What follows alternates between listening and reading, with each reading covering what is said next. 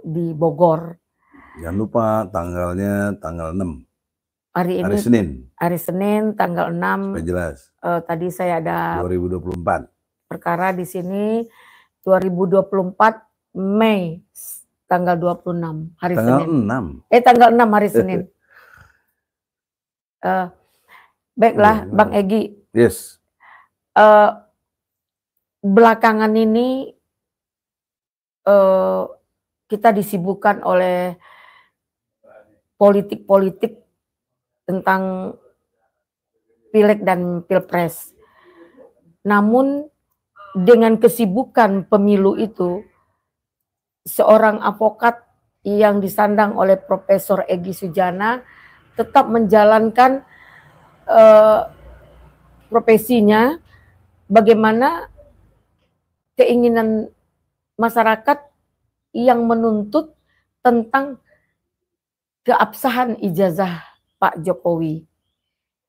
Nah, itu bergulir sudah terlalu panjang, sudah cukup lama, sehingga memakan korban 2 orang terpidana sekarang di penjara, yaitu Bambang Tri dan Pak Gus Nur di Solo.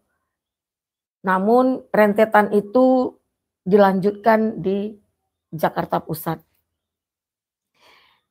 Di dalam perjalanan, karena merasa punya fakta integritas, kita berani mengajukan gugatan tersebut. Namun untuk pembuktian dalam substansi pokok perkaranya tidak tercapai karena dihentikan akuo dan dianggap tidak tepat gugatannya.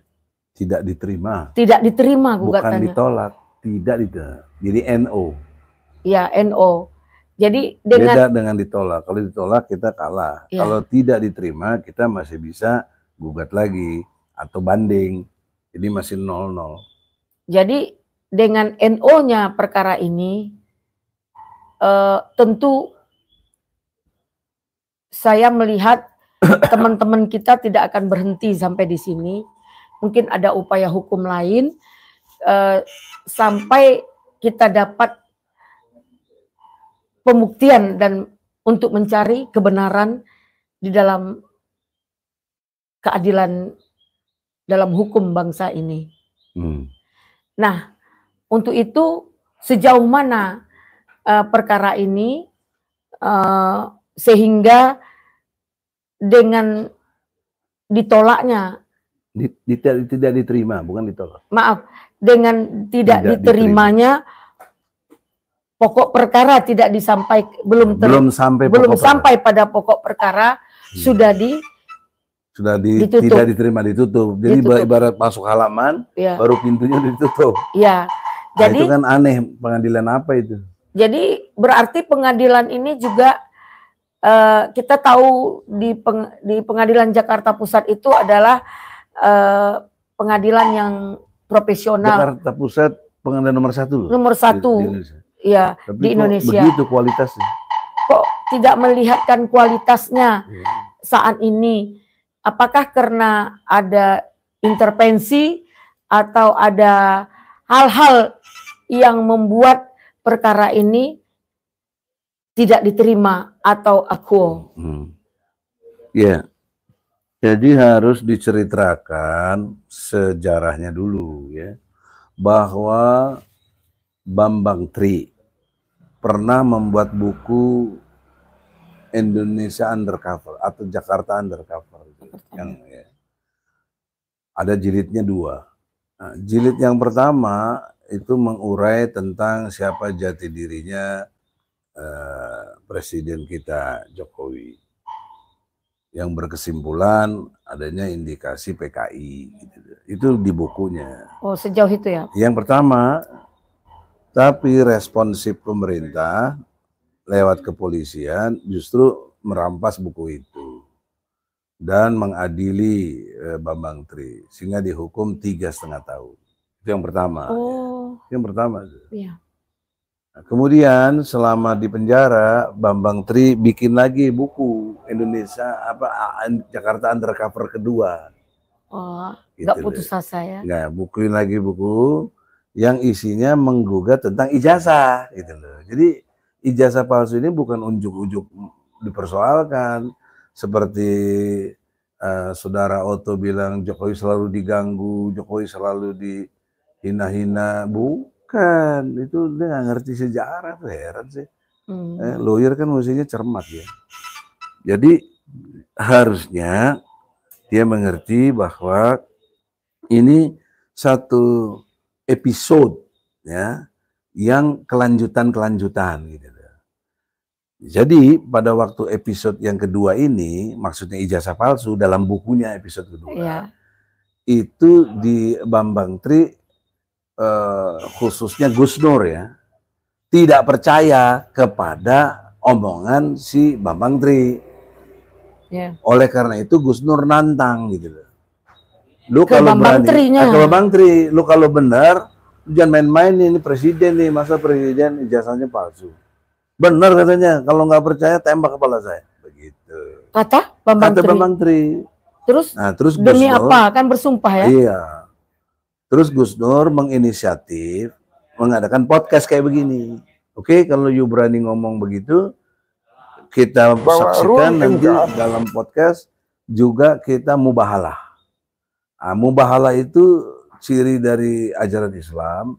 Ada di surat Ali Imran ayat 61. Bisa lihat Ali Imran 61 menerangkan tentang Nabi pernah disalahkan apa begitu, terus ditantang sama Nabi. Oh, kalau kan nggak ada saksi soalnya, nggak ada saksi, nggak ada yang lihat. Nah, kita bersaksi saja kepada Allah. Saya bawa anak istri saya, mari kita mubahalah. Kalau you benar, saya dilaknat. Gitu. Tapi kalau you salah, you dilaknat. Nah, tiba saat dijanjikan untuk mubahalah, orang sana takut nggak datang, gitu loh. Jadi akhirnya Gus Nur dengan Bambang Tri mengadakan omong-omong podcastnya itu dalam pengertian untuk membuka seperti mubahalah tadi. Dan Gus Nur telah menerangkan dengan sangat jelas bahwa ini tantangan ya buat pihak Jokowi, kalau memang ada tunjukkan ijazahnya. Itu kurang lebih 2 tahun lalu loh kejadian ini. Iya betul, ya. Udah lama sekali. Nah, jadi dalam pengertian itu nggak ditanggapi kan, dicuekin aja. Nah, setelah adanya podcast tadi yang menyatakan benarlah ijazah Jokowi itu palsu menurut Bambang Tri, ya kan? Ya. Malah Bambang Tri supaya lebih meyakinkan menggugat ke PN Pusat tahun 2001 itu, 2021. 2021 ya. Mau masuk ke 2022. Nah, gugatan yang pertama ini sudah sidang sekali ya.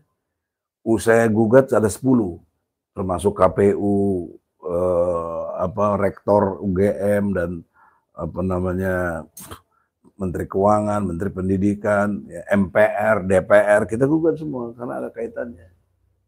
Nah, itu dalam proses perjalanan sidang, Bambang Tri sama Gus Nur ditangkap. Nah, saya ingat waktu itu Yusril ikut komentari itu Yusril Iza Mahendra. Yusril kan mengomentari, kalau dalam perdata siapa yang menuduh dia harus membuktikan. Oke, itu benar, ada gium itu betul, atau istilahnya ketentuan dalam perdata. Perdata, ya.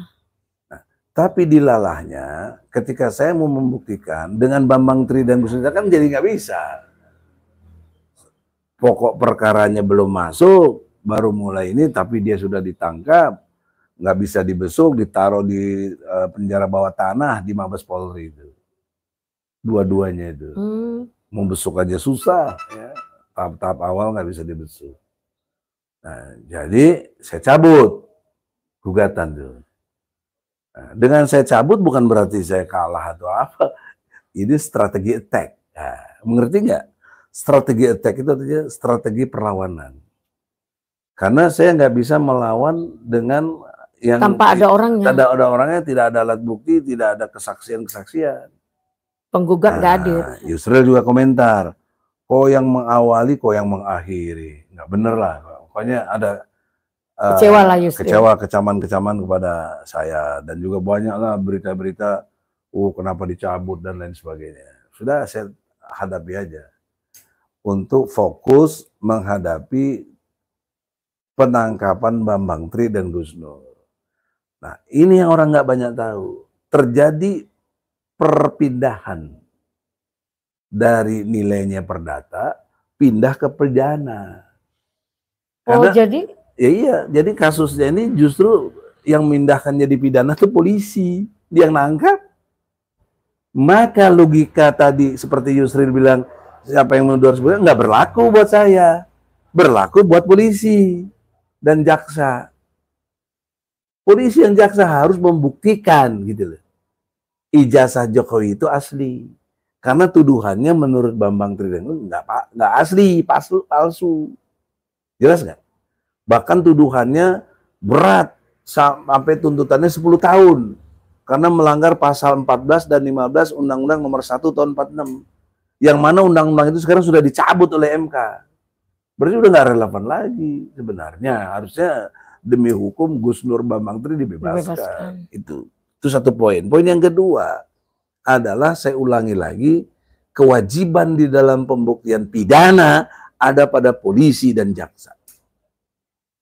Jadi polisi yang bawa ke jaksa, jaksa bawa ke pengadilan, gitu. Jadi dia ditangkap secara hukum pidana, ya. Kemudian dipindahkan ke Solo. Kenapa, Bang? Nah itu yang kita protes juga, karena menurut KUHP memang ada dimungkinkan pindah kalau lihat saksi-saksi dari mana, Pak. Tetapi harus ada pemberitahuan. Ini nggak ada pemberitahuan kok tiba-tiba di Solo. Itu kita gugat juga, makanya kita gugat. Waktu dipindahkan itu Abang PN sudah Solo jadi kita kuasanya. gugat loh, PN Solo kita gugat. Nggak bener, nggak mengikuti KUHP dia. Oh, ya. Gitu. Nah, poin pentingnya ini, poin pentingnya. Ketika di sidang Solo, kurang lebih 6 bulan loh. Tiap minggu saya datang, khususnya tiap hari Kamis kan. Tiap hari Kamis per minggunya itu sekali sidang. Gitu, di Solo. Tentu nggak ada yang biaya sendiri dan lain sebagainya. Saya pernah hadir sekali. Ya, ini juga ikutkan sendiri kan di sana. Nah, jadi dalam pengertian itu, maksud saya ingin terangkannya adalah jaksa tidak bisa menunjukkan ijazah asli Jokowi di pengadilan, tidak bisa. Yang ditunjukkan fotokopi yang dilegalisir. Saya debat habis di situ, saya tanya juga sama hakim, saya tanya juga dengan ahli pidana. Dia bawain ahli pidana loh, dari profesor doktor dari UKI atau tidak salah, saya lupa namanya. Tapi dia menerangkan, karena saya tanya, profesor atau apa hakim, adakah kelaziman fotokopi bisa jadi alat bukti apa tidak? Nggak bisa katanya, mesti yang asli. Nah, berarti saya tanya lagi sama jaksa, jaksa kenapa kau tidak bawa yang asli? Di pengadilan tuh. Bahkan saya panggil jaksa, mari sini nih, ke depan hakim. Ini kan biasa kalau ada sidang depan hakim. Ya. Kemudian, lihat nih Pak Hakim, ini jaksa tidak bisa menunjukkan yang asli, mana ya? Ini adanya fotokopian. Nah, saya nanya depan hakim kepada jaksa, Pak Jaksa, mengapa kok demikian? Yang saya minta tuh yang asli, supaya orang tahu kalau asli ditunjukkan, hari ini juga case close. Hari ini juga tutup kasus. Selesai. Nggak usah. Betul. Jokowi menang, kita kalah. Ya. Kalau dia tunjukin ijazah asli. Ya. Nah, jaksa apa komentarnya waktu itu? Ya bagaimana Bang? Saya dapatnya cuma begitu dari polisi. Begitu. Begitu tuh jawaban jaksa. Jawaban jaksa di depan hakim. Nggak profesional sekali. Sangat dong. Mempermalukan. Sangat mempermalukan. Mestinya tegur nih jaksa agung nih, jaksa nggak profesional. Harusnya nggak boleh masuk ke pengadilan dong, kan tidak cukup bukti. Kok masuk ke pengadilan? Ah, inilah yang dimaksud Bu Eli tadi, inilah tekanan. Karena yang menyangkut kekuasaan, apalagi menyangkut presiden. Nah, jadi karena ada tekanan itu, walaupun Jokowi tidak bisa nunjukkan ijazah aslinya, tetap saja Bambang Tri sama Gus Nur dihukum. Nah, saya ingat hukumannya waktu itu 6 tahun. Saya protes, saya banding, kemudian dapat dikurangi 2 tahun, jadi 4 tahun. Dengan catatan pasal 14-15-nya nggak dipakai, yang berita hoak tadi. Jadi pasal apa yang menjerat Yang dia? menjerat dia pasal IT. Undang-undang itu. Ujaran kebencian. Padahal kebencian sama siapa coba? Enggak, tapi kalau itu contohnya itu nggak benar. Nah ini kan episode kedua nih. Lalu setelah saya banding, setelah saya sampai kasasi, sudah inkrah, confirm lah bahwa menjadi alat bukti tidak ada ijazah asli Jokowi, tidak ada. Maka saya gugat lagi di PN Pusat. Ini episode 3 nih. Episode 3. Nah, jadi kalau karena ajan kita skors dulu aja nggak apa-apa.